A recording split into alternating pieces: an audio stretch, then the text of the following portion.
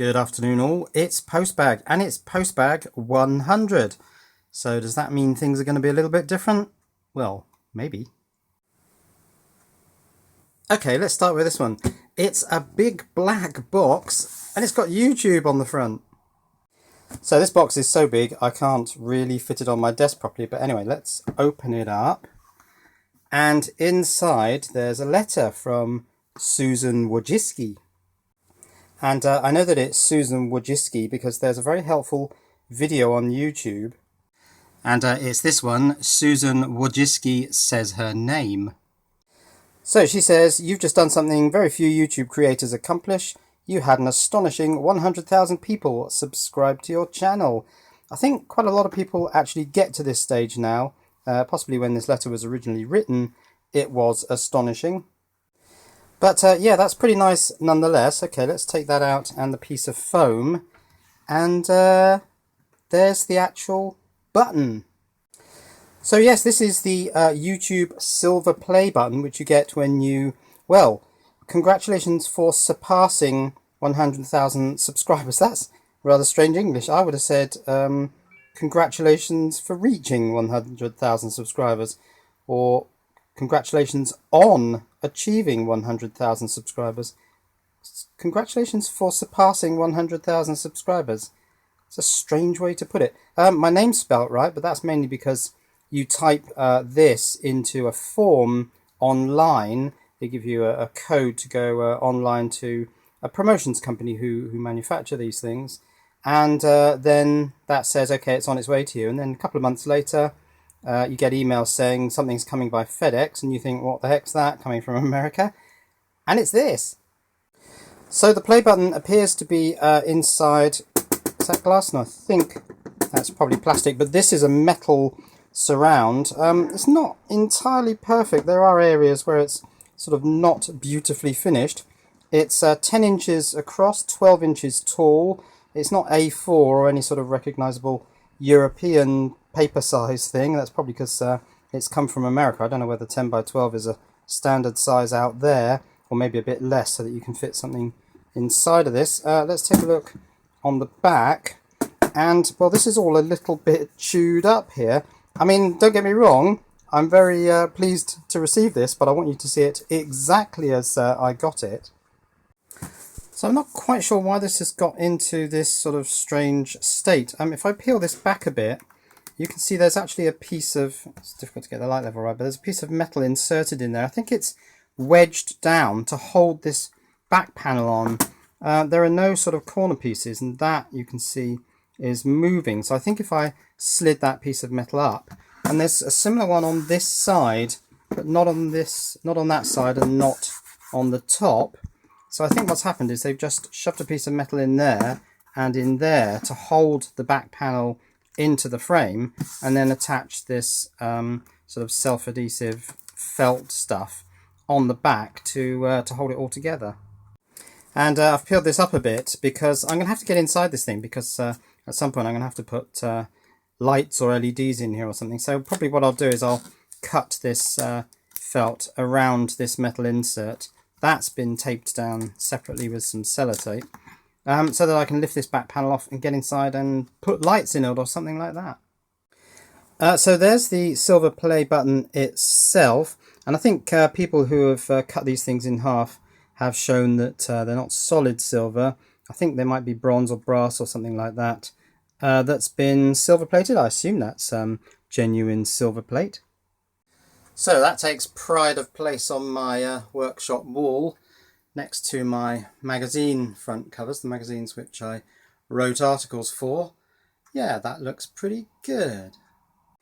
Okay, next up is this one, and this one won't quite close anymore because I've opened this already and played around with it. Not got on terribly well, but anyway, what's inside here is amorphous fumed silica. So yes, this is fumed silica. This is a free flow agent, or an anti-clogging agent. It says keep out of the reach of children, and there's a warning, and it says hazard statements, none toxic, not non-toxic, it's none toxic, but avoid inhalation. But I'm pretty sure that you're okay to consume this stuff, because I read that they put it in milkshakes to thicken them up. Yuck. So this is a very fine-grained, lightweight powder. It was supplied in a grip seal bag, which I cut into to try and get some of the stuff out. I then have put it in another grip seal bag. But yeah, it's just this powder, very, very light, fine-grained. And what I'm trying to do is I'm trying to mix this stuff with water to incipient wetness. So that means the point where well, it's supposed to be like a paste becomes just on the point of being wet, but it's meant to be a paste. But I can't get these two things to mix together. The water and the fumed silica simply won't mix. If I've tried stirring it, I've tried shaking it, but if I lift this out of the bottle, you can see that it's still just a very light powder, which doesn't seem to have picked up the moisture at all. So I don't know what's going on. And I have to say that having tried to do this, to mix these two substances together, and totally failed. I mean, I know absolutely nothing about chemistry, not that this is chemistry really, because there's no reaction going on here, but I can understand when people say, I'm new to electronics and I've tried such and such a circuit, you know, but maybe something really simple like a 555, and it just absolutely does not work. I can understand your position, because this does not work. So why am I trying to mix fumed silica to incipient wetness with water? Well, actually this is water that has salt dissolved in it. I think almost totally saturated with salt. Well, I'm trying to make a super dielectric. So I'm trying to follow this. It's a thesis on optimal super dielectric material by Natalie Rose L. Jenkins, September 2015, and this is from the Naval Postgraduate School, Monterey, California. So from the same thesis, here's the formula for the capacitance of a capacitor C in farads, and it's epsilon 0 epsilon r A over D. Now epsilon r is the permittivity of free space, epsilon 0 is the dielectric constant, A is the area of one of the plates, and D is the distance between the plates. So by making the area very large or the distance very small, you can make a very high value capacitor. So commercial supercapacitors like these, this 100 farad and this 500 farad, get their very large capacitances from a very large surface area, and that they achieve by coating the surface of the electrode in something like activated carbon, which has a sort of nanoscale, very ragged surface, which massively increases the surface area, far larger than the actual plate that's put in here.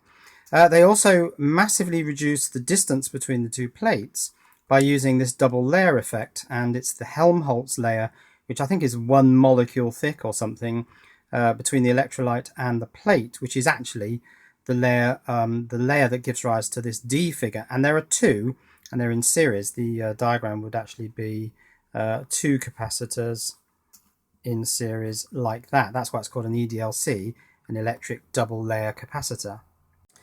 However, this thesis isn't looking particularly to increase the surface area or the distance between the plates. It's actually looking to increase this E0, which is the dielectric constant of the dielectric material placed between the two plates of the capacitor.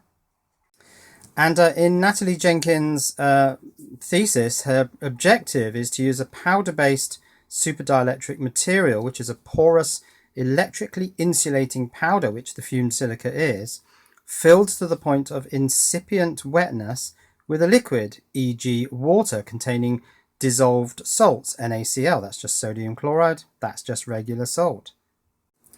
And she's talking about achieving dielectric constants in the order of 10 to the power of 13, which is massively higher than any other dielectric that would normally be used in a capacitor.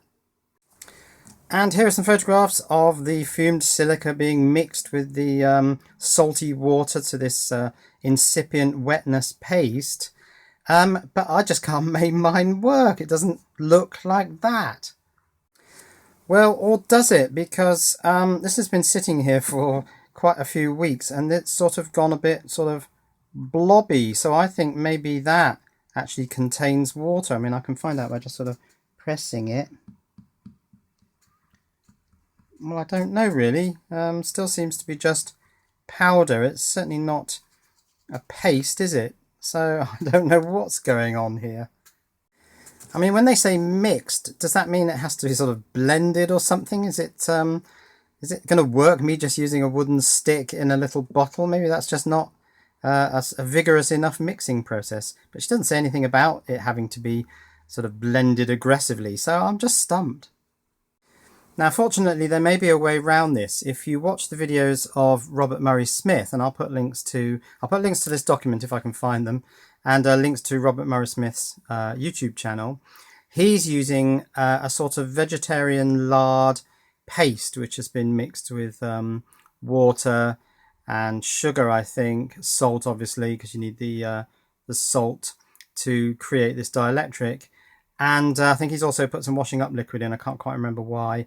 And he's using that as a super dielectric material. So I might switch to that because I just haven't got on very well with this fumed silica.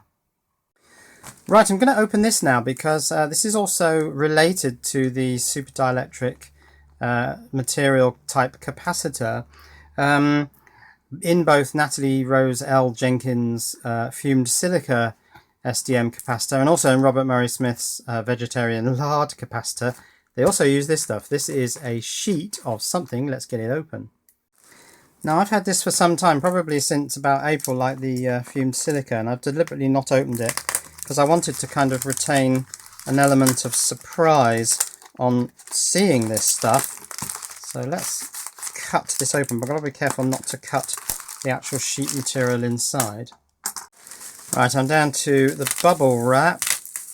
Quite well wrapped this is.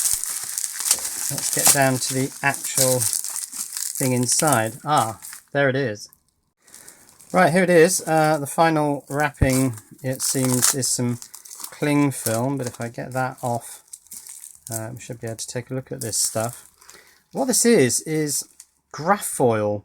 It's a foil material, I suppose a little bit like aluminium foil. That's really weird. It's really smooth and very slippery.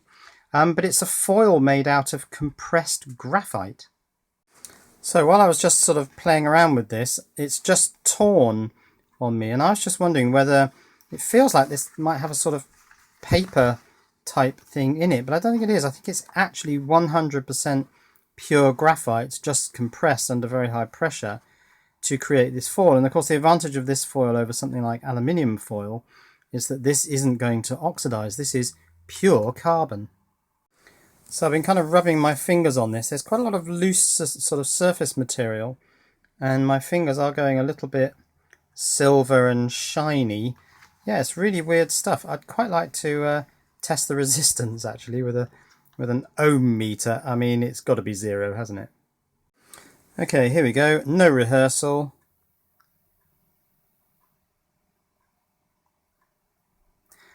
Well, I'm not quite sure why that's creeping up. Let me dig these in. Yeah, trouble is I don't want to damage my nice new sheet of graphite. I've only got a 1 foot square piece in here. But let's jab these probes in tight. Well, it starts off at 0 and then it creeps up, but whether that's my ohm meter, I don't know. Or maybe it's the metal on these probes. I think it's 0. And you can see here in this page from Natalie's thesis that a punch was used to punch out discs, circles of the grafoil. She says a large roll of GTA grade grafoil was used to make discs. And then the grafoil was in contact with the fumed silica. And then I think additional discs of aluminium were placed onto the grafoil. But this stuff is used to get that very good electrical connectivity between the dielectric and of course the electrodes. So let's have a close-up look at this foil.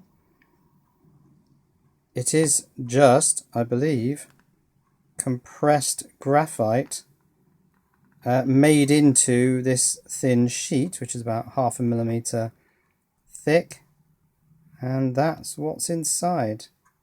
Just, I think, graphite. And so that's the reason why I bought the grafoil and the fumed silica, because I wanted to try making my own super dielectric supercapacitors.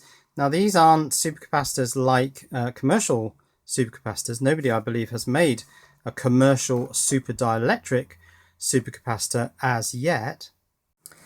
And this whole sort of subject has got me quite fascinated. I mean, imagine if we could get both the very large surface area of a commercial EDLC, electric double layer capacitor, and the very close distance, these using the Helmholtz layer, which is just, I think, 1 molecule of distance between the plates. Imagine we could get both that and a super dielectric material there. So you'd have huge surface area, tiny distance between the plates, and a huge dielectric constant. Then we could get capacitances, something that we've never seen before. So imagine this could be done. Imagine we could get all these three numbers, respectively large and small, to get these massive capacitances in supercapacitors. Then it could mean that in the future, vehicles, electric vehicles, need not rely on batteries at all, and batteries are far from ideal in electric vehicles. They could run entirely on supercapacitors. So here's my prediction for Postbag 100. At some point in the future, who knows when it'll be, electric vehicles will use just capacitors, not batteries. So what advantage would an electric vehicle using just capacitors have over one that uses lithium batteries, or a combination, a sort of hybrid combination of batteries and capacitors? Because of course capacitors are used now where sudden bursts of energy are required very quickly. Then you can drip feed the energy from batteries into capacitors, and when the motor requires a lot of power, it can pull it out of the capacitors rather than the batteries. And that's the reason that capacitors are better than batteries when you need a very high current.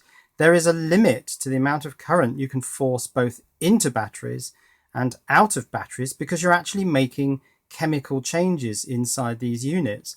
When you put charge into supercapacitors, there's no chemical change.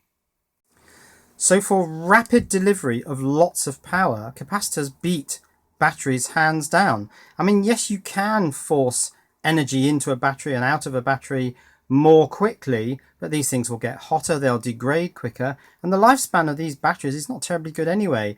I mean, lithium cells are rated, I think, generally at between 500 and 1,000 cycles. Capacitors are really unlimited. I think they're talking about 100,000 to 1,000,000 charge and discharge cycles. And if we look at charging batteries in electric vehicles, we've got a problem with batteries over capacitors. If you could have a car with just capacitors in it, you can charge these things incredibly quickly. Yes, you need a lot of current, but you could charge capacitors in 5 minutes. Batteries you can't charge in 5 minutes. They just get too hot. So you could go into a filling station, charge your capacitors in the same amount of time it takes to fill your car with liquid fuel. You can't really do that with batteries, and that means that filling stations will need to be 5 or 6 times larger in footprint to accommodate more vehicles, all sitting there waiting for their lithium cells to charge slowly. And then there's safety. If I take this nail and I hammer this nail into a lithium cell, we know what happens. These things catch fire because the contents are flammable. Either it's the metals or it's the electrolyte or something, but flames shoot out of lithium cells. Now, I'm pretty sure if I hammered this nail into a fully charged supercapacitor, yes, there might be a bang, yes, the nail might glow red hot, but there's nothing inside there that's flammable, so it's not going to set fire to anything. Now, predicting the future is normally fraught with problems. It's a pretty stupid thing to do, really, and I'm not going to do it very often, but yes, I'm going to say that at some point in the future, there will be electric vehicles that run just on supercapacitors and not batteries. And do they need to be land-based vehicles? Maybe these things could take to the air. Of course, the energy density of these things will need to be massively higher, and probably higher than current lithium technology if we're to have electric airplanes or even advanced electric vehicles. And it's just this formula here that just offers a tantalizing glimpse. If we could get both A and E0 high and D low, then maybe it can be done. And so these are today's, rather unusual perhaps, postbag items. Cheerio.